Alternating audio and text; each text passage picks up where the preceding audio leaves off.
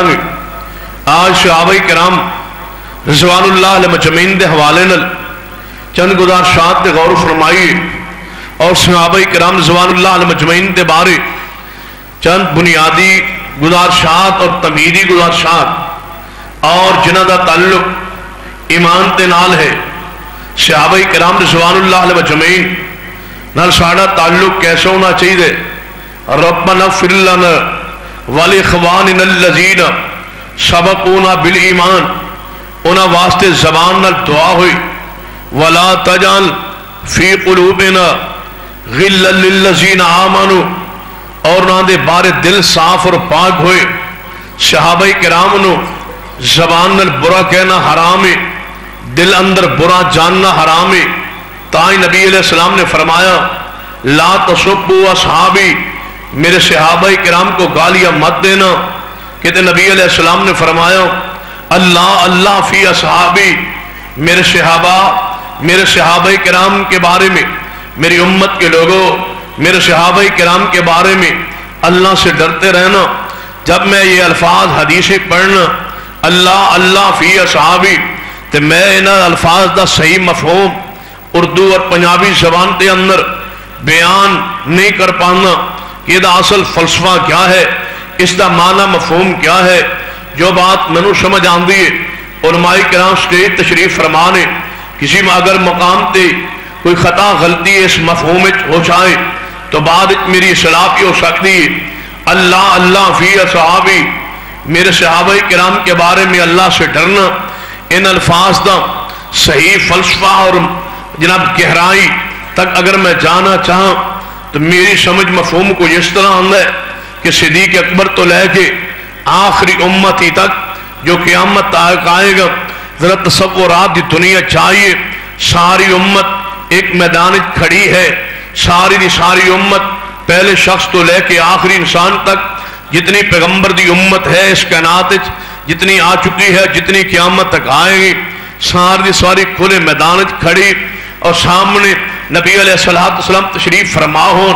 اور آپ فرما رہے ہون اللہ اللہ فی اصحابی، اے میری امت کے لوگوں میں ہاتھ جوڑ کے توانو فرمانا اللہ دا واسطہ جے میرے صحابہ نو کچھ نہ کہنا۔ اللہ اللہ فی اصحابی، میرے صحابہ کرام کے بارے میں اللہ سے ڈرنا۔ صحابہ کرام رضوان اللہ علیہ مجمعین کوئی معمولی شخصیات نہیں، اس واسطے میں سمجھنا منکرین اسلام نے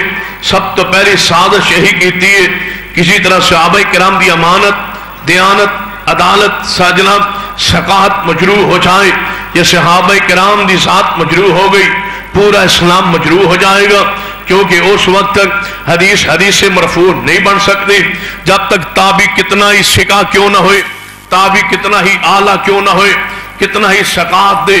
آخری مقام تک پہنچ کیوں نہ کیا ہوئے، جب تک اپنے درمیان اور پیغمبر دے درمیان ایک صحابی دا واسطہ نہ لائیں، اس دی روایت منقطع کرن پان دیئے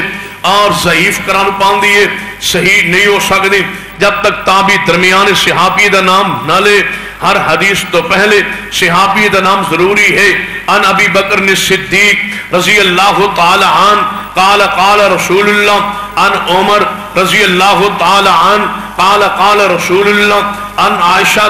رضی اللہ تعالی عنہ قالت قال رسول اللہ، حضران ام سلمہ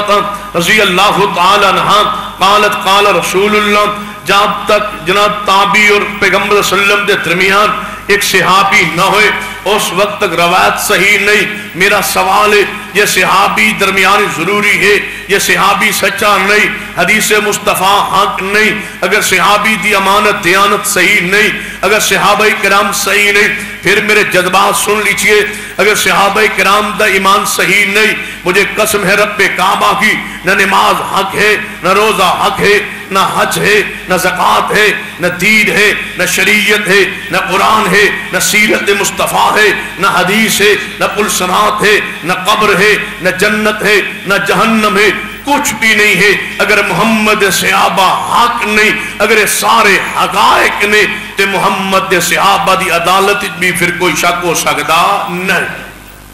صحابہ کرام رضوان